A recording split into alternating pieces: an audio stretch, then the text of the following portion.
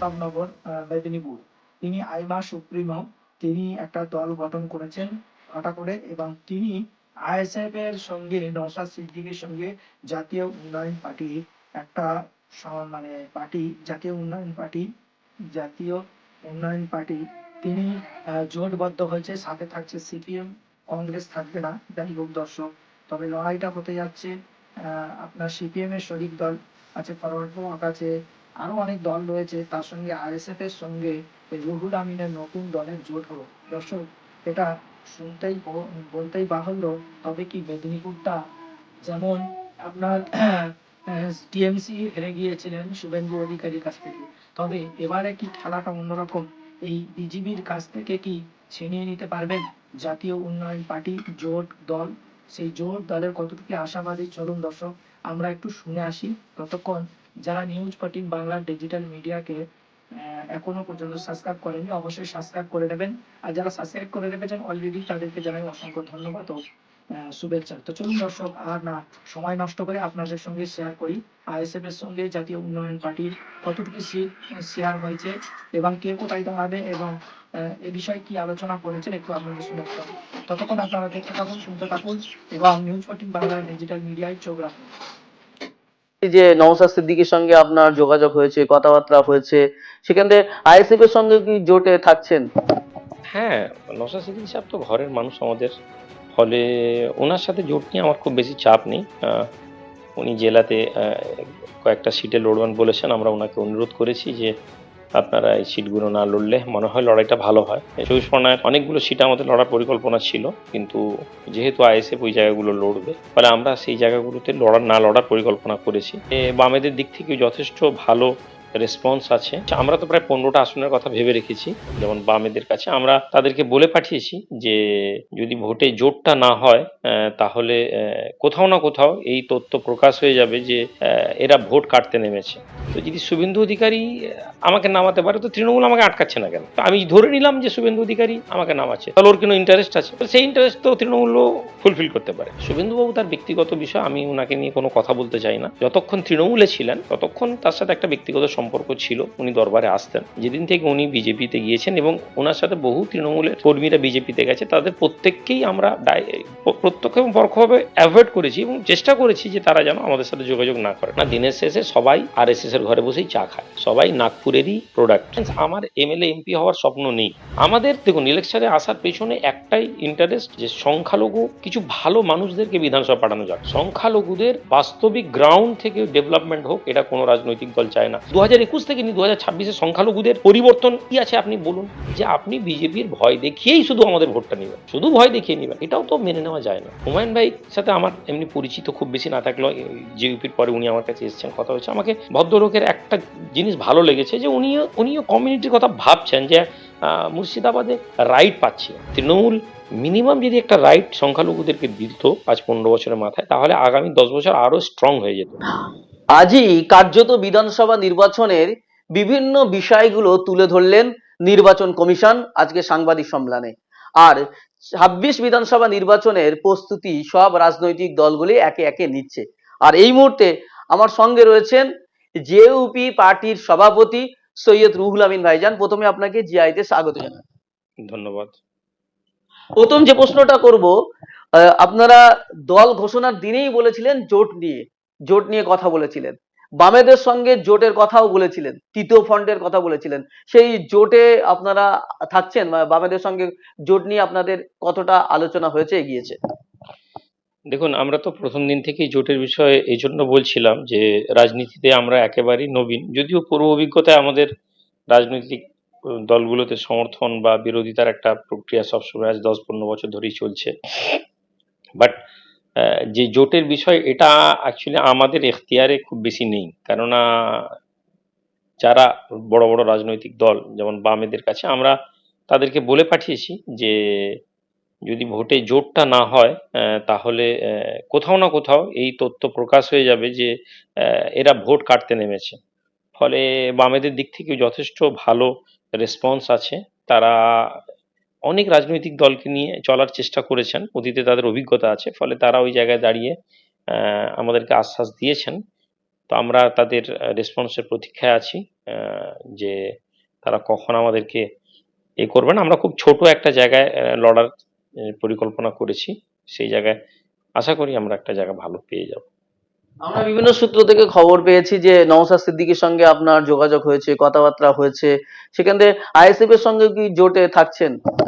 হ্যাঁ, নওশাদ সিদ্দিকী সাহেব তো অনুরোধ করেছি যে আপনারা এই সিটগুলো না লড়লে মনে হয় লড়াইটা ভালো হয়।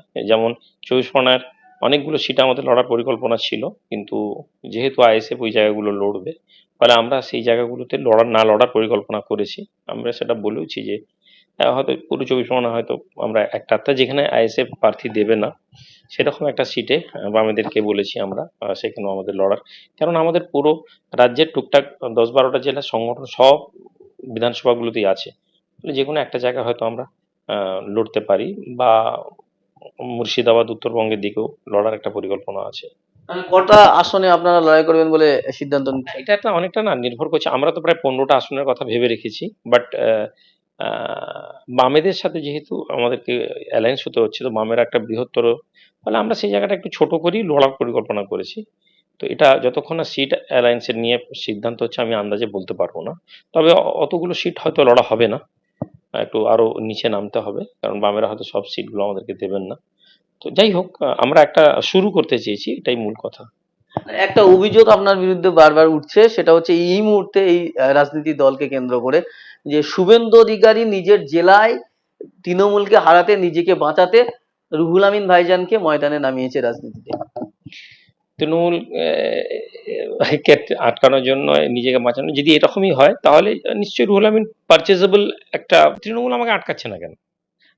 তৃণমূল যদি শুভেন্দু অধিকারী, তো আমি ধরে নিলাম যে শুভেন্দু অধিকারী আমাকে নামাচ্ছে, তাহলে ওর কোনো ইন্টারেস্ট আছে, তাহলে সেই ইন্টারেস্ট তো তৃণমূলও ফুলফিল করতে পারে। অ্যাকচুয়ালি এইসব কথা নয়, এগুলো তৃণমূল বলছে, কেননা তৃণমূল জানে যে লড়াইটা কিন্তু আমরাই ফ্যাক্টর। আর শুভেন্দুবাবু তার ব্যক্তিগত বিষয়, আমি ওনাকে নিয়ে কোনো কথা বলতে চাই না। যতক্ষণ তৃণমূলে ছিলেন ততক্ষণ তার সাথে একটা ব্যক্তিগত সম্পর্ক ছিল, উনি দরবারে আসতেন। যেদিন থেকে উনি বিজেপিতে গিয়েছেন, এবং দর্শক, এই প্রতাপনগর মেদিনীপুর অর্থাৎ জেইউপির প্রতিষ্ঠাতা সৈয়দ রুহুল আমিন সাহেব, তিনি তৃণমূল কংগ্রেস নিয়ে একদম কোট আনকোট একদম বিস্ফোরক মন্তব্য করলেন। সাংবাদিক তাকে প্রশ্ন করলে সাকিরুল ইসলাম, তিনি বলেন যে আমরা গুঞ্জন শুনতে পাচ্ছি যে আপনার বিরুদ্ধে কিছু লোক বলা বলি করছেন যে আপনি নাকি বিজেপির ইন্ধনে আপনি পার্টিতে নামতে চাইছেন, ভোট কাটাকাটির খেলায় নাকি আপনি মারতে অংশগ্রহণ করছেন। এই বিষয়ে আপনি কি বলবেন? আর এই প্রতাপনগরের সৈয়দ রুহুল আমিন ভাইজান, তিনি বলছেন যে আমি আমার জিওপি পার্টি বলুন, আইএসএফ পার্টি বলুন, যেরকম ছোট ছোট মুসলমান ছেলেরা বা যারা সংগঠন করতো, তারা ছোট ছোট দল করেছে, মূলত তাদের একটাই উদ্দেশ্য যে তৃণমূল কংগ্রেসের যেসব বিধায়করা রয়েছে, মানে পার্টির নেতারা রয়েছে সংখ্যালঘু সেল থেকে, যাদেরকে চুজ করেছেন মাননীয় মুখ্যমন্ত্রী মমতা বন্দ্যোপাধ্যায়, তো তারা কিন্তু পার্লামেন্টে বা বিধানসভায় গিয়ে মুসলমানদের জন্য কিছু বলতে পারেন না অথবা বলতে দেয় না। সেক্ষেত্রে আমরা যখন এগুলো দেখছি, দীর্ঘদিন ধরেই তৃণমূল কংগ্রেসকে সাপোর্ট করেই যাচ্ছি, সেহেতু কিন্তু আমাদের অনুসারীরা অর্থাৎ সংখ্যালঘু সম্প্রদায়ের মানুষরা তারা বিভ্রান্তে পড়ে যাচ্ছে, তারা কোনো অপশন পাচ্ছে না। বিজেপিকে তো ভোট দেবে না, কিন্তু তৃণমূল কংগ্রেসকে যে ভোট দিলে যে সঠিক তারা স্বাস্থ্য সুরক্ষা, মাথা গোঁজা ঠাঁই এবং কর্মসংস্থা যে পাবে, সেটাও তারা আশ্বাস পাচ্ছে না। তারা দেশ বিদেশে, মানে অন্য রাজ্যে যখন কাজে যাচ্ছে, তারা লাশ হয়ে ঘরে ফিরছে, এটাই তিনি বলতে চাইছেন। আর একটা বিস্ফোরক মন্তব্য করলেন দর্শক এই সৈয়দ রুহুল আমিন, তিনি বলছেন আমি আপনাকে দায়িত্ব নিয়ে বলতে পারি যে মাননীয় তিনি 2026-এ তৃণমূল কংগ্রেস থেকে দাড়িওয়ালা টুপিওয়ালাদেরকে দেখে দেখে টিকিট দেবে। হ্যাঁ, কেন দেবে তার কারণ আছে, কারণ তারা যখন তাদের দলে নিতে পারবে, বিধায়ক বানাতে পারবে, দলের ডিসিপ্লিন মেনে তাদেরকে চলতে দেবে। কোনো একটা জাতিকে তারা সবসময় পিছিয়ে রাখার জন্য এই চক্রান্ত সারা জীবন হয়ে আসছে আর এখনো হবে। যখন দেখছে যে আইএসএফ, জেইউপি এইরকম দল জন্ম নিচ্ছে, কেন নিচ্ছে? কারণ তারা কোনো রোলিং পার্টির থেকে, কোনো সরকারের থেকে সংখ্যালঘুদেরকে তারা তাদের চাহিদা অনুযায়ী উন্নয়ন পায় না, সবাই তাদেরকে ভোট ব্যাংক হিসেবে ব্যবহার করে। সেই জন্য দেয়ালে যখন পিঠ থেকে যায়, তখন আমরা রাজনীতিতে নামতে বাধ্য। কারণ আমরা আমরা আমাদের রাজনীতি করার নাম কামাবার উদ্দেশ্যেই আমরা রাজনীতি করতে আসছি না, কিন্তু আমরা যদি রাজনীতি না করি তাহলে সংখ্যালঘুর মানুষগুলো, সংখ্যালঘু সম্প্রদায়ের মানুষরা একটু কম বোঝে, তারা কিন্তু ওই মনে করবে এক নম্বর আছে বিজেপি, 2 নম্বর আছে তৃণমূল কংগ্রেস, ওই তৃণমূল কংগ্রেসটা চুজ করবে, বিদায় তাদের উন্নয়ন হবে না। তিনি আরো বললেন যে দিদি, সাংবাদিক প্রশ্ন করলেন তাহলে সংখ্যালঘু সম্প্রদায়দের কি উন্নয়ন করেননি দিদি?